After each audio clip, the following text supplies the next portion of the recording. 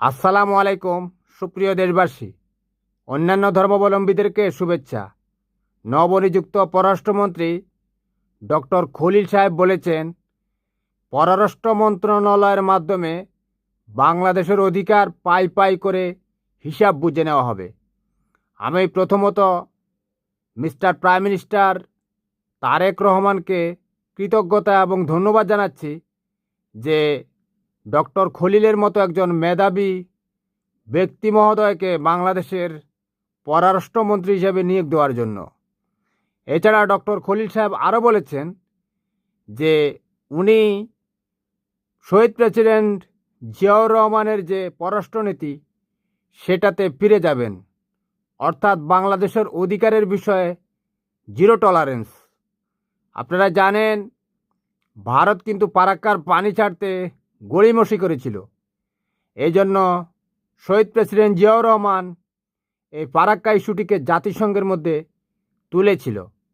এরপর ভারতের টনক নড়ে, তারা ফারাক্কার পানি চুক্তি করতে বাধ্য হয়।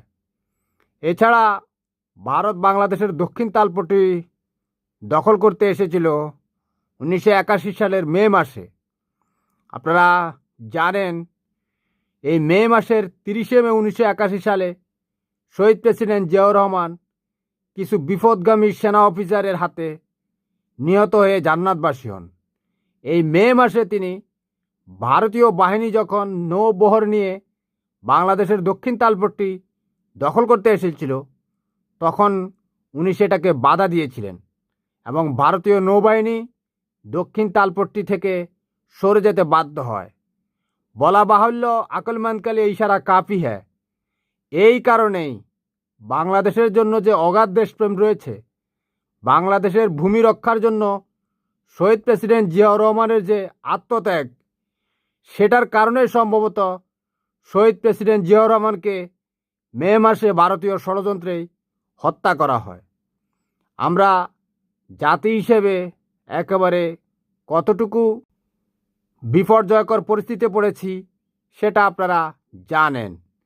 এছাড়া পররাষ্ট্রমন্ত্রী ডক্টর খলিল সাহেবকে প্রশ্ন করা হয় ইলেকশনে ইঞ্জিনিয়ারিং করেছে কিনা।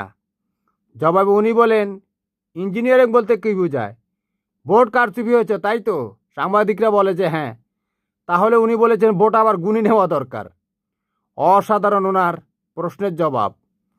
কারণ আপনারা জানেন এই ব্যক্তি 80-র দশকে যে বিসিএস ক্যাডারের পরীক্ষা হয়েছিল, সারা বাংলাদেশে উনি প্রথম হয়েছিল। 5 ক্লাস